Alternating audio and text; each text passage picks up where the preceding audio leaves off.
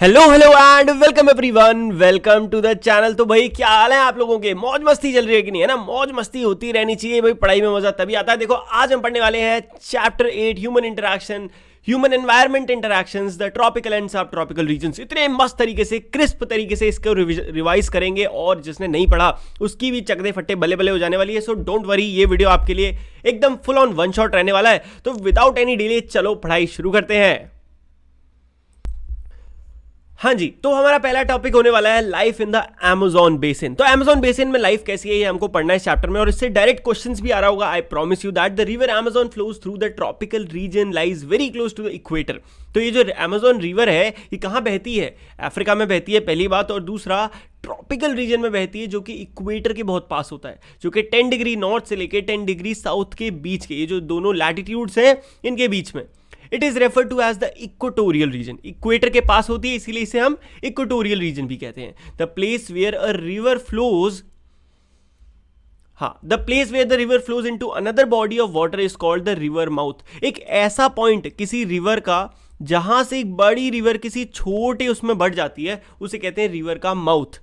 Numerous tributaries join the Amazon River to form the Amazon Basin। और basin क्या होता है? Basin is a group of a large river. क्या होता है? एक रिवर जब बहुत बड़ा ग्रुप बनाती है तो उसे बेसिन कह दिया जाता है। जैसे कि अमेजोन अपने आप में रिवर है, तो बहुत सारी ट्रिब्यूटरीज हैं जो उससे ऐसे स्प्रेड होती हैं अलग अलग जगह पे, और वो मिला के बनता है Amazon basin. The river basin drains portions of Brazil, parts of Peru, Bolivia, Ecuador, Colombia and a small part of Venezuela. तो ये सारे जो कंट्री और सिटीज हैं ये सारे पार्ट बनते हैं इस रिवर बेसिन के। अब बात करते हैं यहाँ का मौसम कैसा रहता है। The Amazon basin is characterised by hot and wet climate throughout the year as it is present on the equator. क्योंकि इक्वेटर पे है तो यहाँ पे गर्माहट और वेट क्लाइमेट, यानी कि बहुत मॉइस्चर के साथ पूरा यहाँ का टेम्परेचर रहता है। Both day and nights are almost equally hot and humid. चाहे दिन हो चाहे रात हो, लगभग यहाँ पे गर्मी ही रहती है। द स्किन फील स्टिकी, अब क्योंकि मॉइस्चर ज्यादा है तो ऐसे चिपचिपाहट सी रहती है। It rains almost every day, that too without much warning. और यहाँ पे कभी भी रेन हो जाती है विदाउट एनी वार्निंग, मतलब ऐसे नहीं बादल गरजेंगे, कभी भी हो जाती चलते फिरते।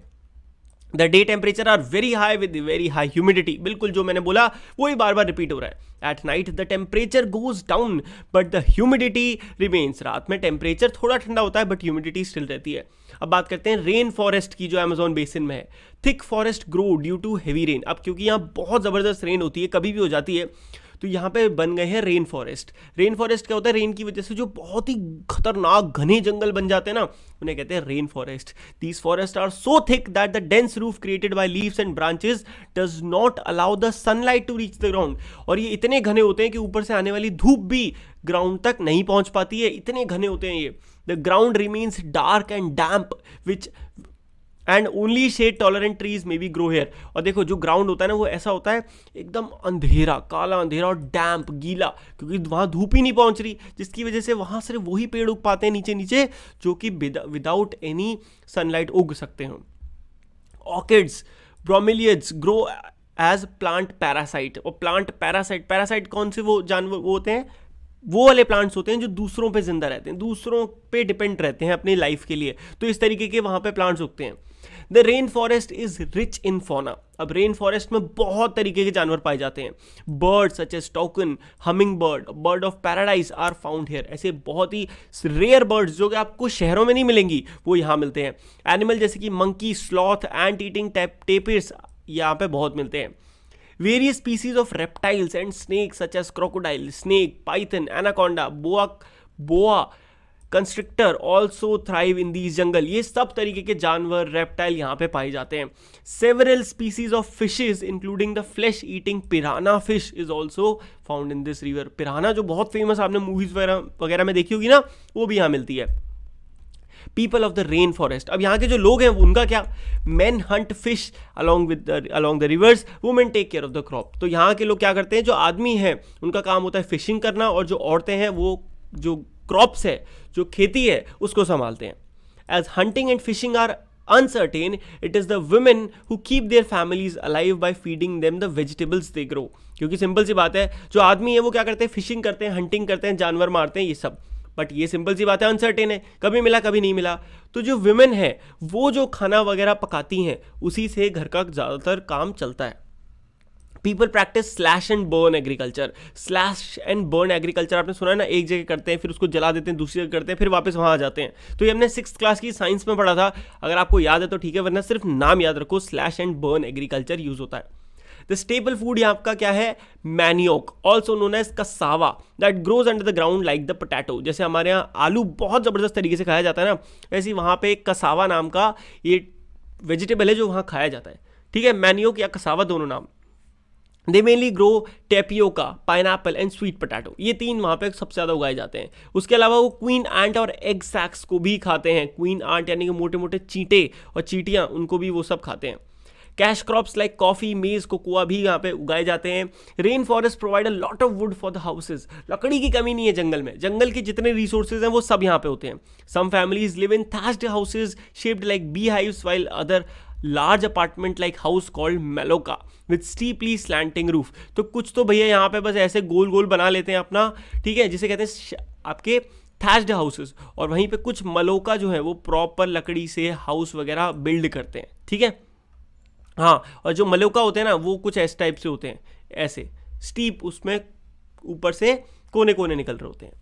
Life of the people of the Amazon basin is slowly changing. अब जैसे जैसे वक्त बदल रहा है उनकी जिंदगी भी बदल रही है। Amazon highway made all parts of the rain forest accessible. Amazon में हाईवे बन चुका है अब, जिसकी वजह से सारे ही पार्ट रेन फॉरेस्ट के अब आप पहुंच सकते हो। Aircraft and helicopter are also use for reaching various places. अब क्योंकि टेक्नोलॉजी आ गई तो एयरक्राफ्ट और हेलीकॉप्टर्स यूज होते हैं एक जगह से दूसरी जगह पहुंचने के लिए। Indigenous population was pushed out from the area and forced to settle in new areas where they continue to practice their distinctive way of farming. वहाँ के जो लोकल लोग थे ना, उनको कई बार गवर्नमेंट ने क्या करा, क्योंकि गवर्नमेंट को कोई स्पेशल प्रोजेक्ट चलाना है, फॉर एग्जांपल प्रोजेक्ट टाइगर, कि सारे टाइगर्स को गिनना है, बचाना है, तो गवर्नमेंट क्या करती है, सारे जो लोग वहाँ रहने वाले हैं उनको शिफ्ट कर देती है कहीं और, ठीक है, इस तरीके से। The developmental activities are leading to the gradual destruction of the biologically diverse rainforest. But please understand, जितना हम डेवलप हो रहे हैं उतना ही ज़्यादा हम डिस्ट्रक्ट कर रहे हैं अपनी बायोलॉजी को, ठीक है, अपनी एनवायरनमेंट को। तो वही चीज़ यहाँ पे भी हो रही है, क्योंकि इतना भयंकर तेज़ी से डेवलपमेंट हो रहा है जिसकी वजह से ग्रेजुअल यानी कि स्लो स्लो डिस्ट्रक्शन भी हो रहा है। इतनी गजब की डाइवर्सिटी जो हमें रेन फॉरेस्ट ने दे रखी है उनका।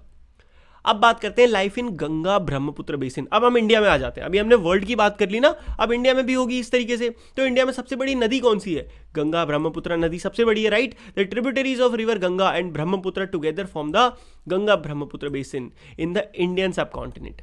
The basin lies in the subtropical region that is situated between 10 degree north to 30 degree north latitude. तो ये दोनों ही आपको दे रखे हैं, आपके जो लैटिट्यूड्स है इनके बीच में ये लाई करती है। The tributaries of river Ganga like the Ghagra, the Son, Chambal, Gandak, Kosi and the tributaries of Brahmaputra like Dibang, Lohit, Tista, Manas, ये सारे उसकी important tributaries हैं जिनके नाम आपको याद रखने पड़ेंगे। Main features of the basin क्या है? The plains of the Ganga and the Brahmaputra, the mountains, the foot hills of the Himalayas and the Sundarban delta. तो मेन फीचर क्या है? एक तो प्लेन्स हैं गंगा और ब्रह्मपुत्र में बहुत ज़्यादा, उत्तर प्रदेश का रीजन, बिहार का रीजन पूरा प्लेन है ना। फिर माउंटेन्स आ जाते हैं, जैसे कि हिमालय आपका, वहाँ से भी गंगा बहती है, foot hills of Himalaya and the Sundarban delta जो है, ये सारे बहुत ही मेन फीचर हैं। अब बिल्कुल जैसे हमने वर्ल्ड के लिए अमेजॉन बेसिन की बात करी थी, सिमिलरली इंडिया में भी हम उसके ही गंगा ब्रह्मपुत्र बेसिन के क्लाइमेट की बात करेंगे, फिर वहाँ का टोपोग्राफी, ज़मीन कैसी है वहाँ पे, इसकी बात करेंगे, और वहाँ के लोगों की बात करेंगे। सिंपल। तो क्लाइमेट की बात करें, the area is dominated by monsoon climate. तो यहाँ पे ज़्यादातर कौन सा मौसम रहता है? मॉनसून वाला। Monsoon bring rain from mid June to mid September. Mid June के बीच से लेके सितंबर के बीच तक यहाँ पे मॉनसून बारिश आती हैं। The summer are hot and the winters are cool. अब देखो, मैं यूपी में रहता हूँ तो एग्जैक्टली मैं इससे रिलेट कर पा रहा हूँ कि एग्जैक्ट हमारे यहाँ भी यही मौसम चलता है। अगर आप भी यहीं इसी रीजन में रहते हो तो आपको पता होगा कि हमारे यहाँ भी समर्स में बहुत गर्मी हो जाती है, विंटर्स में बहुत ठंडा हो जाता है, और जून से सितंबर हमारे यहाँ क्या रहती है? मॉनसून रहती है। ओके जी, चलो अब देखते हैं topography. The basin area has varied topography, अलग अलग प्रकार की जमीन है वहाँ। The mountain area with steep slope have inhospitable terrain, therefore less number of people in the mountain area। अब क्योंकि अलग अलग टोपोग्राफी, मतलब कहीं खतरनाक माउंटेन है जहाँ पे रहने की जगह ही नहीं है, इसीलिए वहाँ पे बहुत कम लोग रहते हैं। Agriculture is the main occupation of people in the plains because soil is fertile. अब वहीं पे आप बात करें प्लेन्स की, पहाड़ तो हो गए, प्लेन्स जैसे कि उत्तर प्रदेश, बिहार, ये सारे जो रीजन है ना, यहाँ पे प्लेन्स हैं, तो यहाँ पे सबसे ज़्यादा आप देखोगे खेती बाड़ी होती है। जो बहुत आम आदमी है वो यहाँ का खूब खेती बाड़ी होती है, खेती खेते हैं, बीघे बीघे में ज़मीन है। द डेंसिटी ऑफ पॉपुलेशन यहाँ की बहुत हाई होती है। Paddy is the main crop while other crops grown are wheat, maize, sorghum, gram, millet, jute, sugar cane, ये सारे यहाँ पे उगाए जाते हैं। कैश क्रॉप्स कौन कौन सी होती हैं यहाँ पे? शुगर केन, गन्ने के खेत आप बहुत देखोगे, जूट की खेती भी मिलेगी आपको। वेस्ट बंगाल की बात करें, असम की बात करें तो वहाँ चाय उगाई जाती है। सिल्क होता है कहाँ पे? कल्टिवेशन ऑफ सिल्क बिहार और असम में। और crops are grown on terrace in the mountain और हिल, और माउंटेन और हिल पे कैसे होते हैं? कुछ इस तरीके से फार्मिंग होती है, टेरेस फार्मिंग, इतने इतने एरिया में खेती की जाती है। वेजिटेशन की बात करते हैं। The vegetation cover of the area varies according to the type of landform. तो वेजिटेशन वहां पे कैसी खेतीबाड़ी होगी, कैसे प्लांट्स होंगे, डिपेंड करता है हम कौन से लैंडफॉर्म की बात कर रहे हैं। जैसे कि माउंटेन्स पे अलग होता है, प्लेन्स पे अलग होता है, प्लेट्यूज पे अलग है। In the Ganga Brahmaputra plain tropical deciduous trees grow along with teak, sal and peepal. तो ट्रॉपिकल डेसीडियस जो ट्रीज होते हैं ना वो यहाँ पे ग्रो करते हैं इस रीजन में, अलॉन्ग विथ टीक, साल और पीपल के ट्री भी होते हैं। Thick bamboo groves are common in the Brahmaputra plain. Brahmaputra plain की बात करें तो वहाँ पे थिक मोटे मोटे बैम्बू के जो जंगल होते हैं ना वो भी बहुत पॉपुलर है।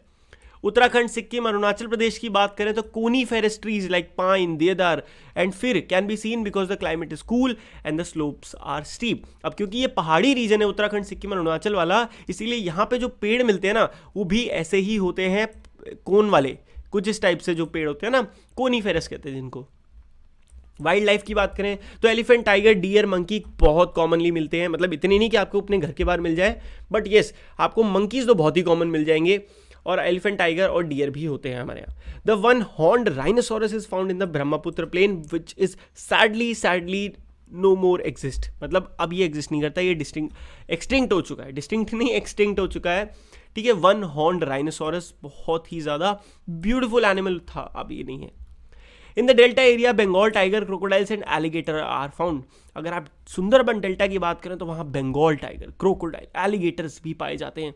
Most popular variety of fish are rohu, catla और हिल्सा। ये तीनों ही दबा के खाई जाती हैं बंगाल में और बहुत ही ज़्यादा कॉमनली मिलती हैं। Fish and rice is the staple diet of the people living in the area. मछली और चावल ये सबसे ज़्यादा स्टेपल डाइट है यहाँ के लोगों की। टाउन्स एंड सिटीज की बात करें, the cities of Allahabad, Kanpur, Varanasi, Lucknow, Patna, Kolkata, all with the population of more than 10 lakh are located along the river Ganga. Ganga नदी के किनारे कौन कौन से बड़े शहर हैं? इलाहाबाद है, कानपुर है, वाराणसी है, लखनऊ है, पटना है, कोलकाता है, ये सारे ही शहर हैं बड़े बड़े, है ना। The waste water from these towns and industries is discharge in to the river which pollute the river. अब ये भी दुख की बात है, ये तो पता होना चाहिए, ठीक है, बहुत सारे फायदे हैं, बट क्योंकि ये बड़े बड़े शहर हैं, इनसे निकलने वाला बहुत सारा कूड़ा होता है, ये भी इन्हीं रिवर्स में डिस्चार्ज कर दिया जाता है, जिसकी वजह से आज के टाइम पे रिवर्स पल्यूट हो रही हैं। ट्रांसपोर्टेशन की बात करते हैं भाई। All the 4 ways of transport are well developed in the Ganga Brahmaputra basin. मतलब भाई आपको रोडवेज चाहिए, रेलवेज चाहिए, वाटरवेज चाहिए या एयरपोर्ट चाहिए, चारों ही आपको अच्छे से मिल जाएंगे क्योंकि सारे अच्छे अच्छे सिटीज डेवलप हो चुके हैं।